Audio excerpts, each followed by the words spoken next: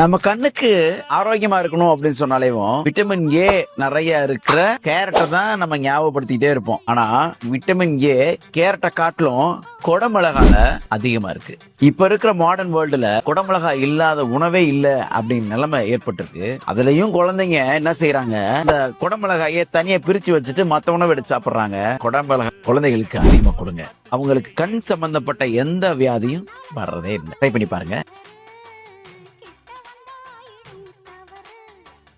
அம்மாடி ஆத்தாடி கேட்டுக்கிட்டே மல்லாடி வண்டிக்கார சொந்த ஊர் மதுரை